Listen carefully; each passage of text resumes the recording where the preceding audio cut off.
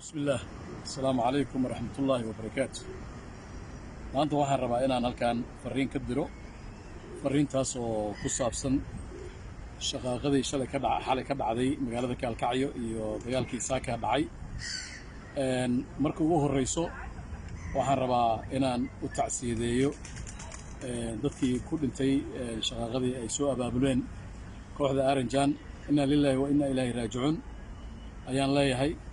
midda labaad waxa cajiib ah oo wax laga xumaada ah gobolka Mudug oo ay ka socdaan horumar iyo dekado iyo nabadeyn in dawladdeeni ay maanta soo abaabulayso nabadgelyo xumo ay mataqaanaa ka sameynayso magaaladii Kaalkacyo ahayd. xalay sida aan warku ku helay wuxuu ii sheegayaa in guddigii nabadgelyada gudoomiyihii degmada gudoomiyihii gobolka aysan war ka hayn wixii ay dawladda Puntland xalay iyo ciidankeeda ay ku weerartay beesha Leelkase oo ah fal aan lahayn qiil, oo ah fal argagixiso, oo ah fal ma soo xasuusinayo 2011kii wixii ka dhacay oo beesha lagu beegsaday loona bixiyay magacii argagixisada. maantana beeshii waxaa lagula dirirayaa oo dagaal loogu qaaday inay yihiin cabtooy ama ay ka ganacsadaan qamriga. taas waa qalad, waa gardarro, waxayna ka turjumaysaa maamulka Aranjan kooxdaas in ay rabaan magaalada Kaalkacyo inaysan marnaba horumar uusan ka dhicin, nabadgelyo aysan ka dhicin. waxaa cajiiba shirkii ka socday Galdogob iyo kii ka socday Bandiiraley ama maxaa la yidhahdaa dhanka kale Kaalkacyo ama Galmudug, dowladda Puntland wax luga ama qorshe ay ku lahayd ma jirin. waxaa kaloo cajiiba shalayto beesha Sacad iyo beesha Cumar Maxamuud in ay ku heshiiyeen in dib loo soo abaabulo shirkii ku baaqday magaalada Balebusle oo la iskaga yimaado.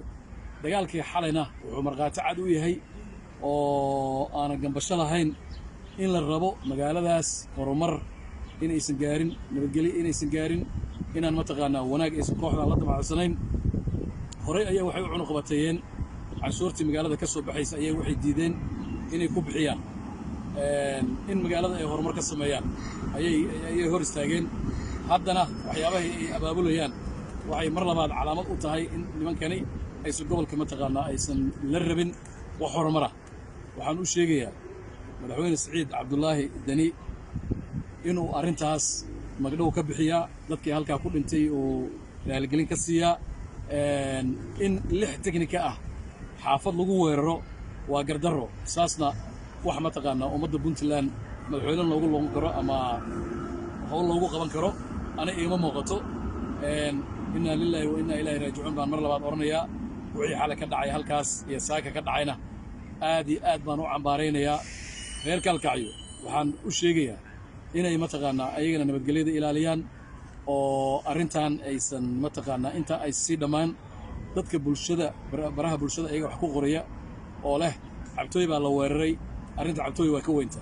dagaalkani wuxuu daba socdaa dagaalkii 2011 ee Aranjan ay soo abaabuleen, ay ku abaabuleen magaalada Kaalkacyo inaysan marnaba ay degin ayagoo u gol leh siyaasad ahaan gobolkani inay siyaasiyiin ka soo bixin, saameynna ay ku yeelan siyaasadaha Puntland iyo Soomaaliya.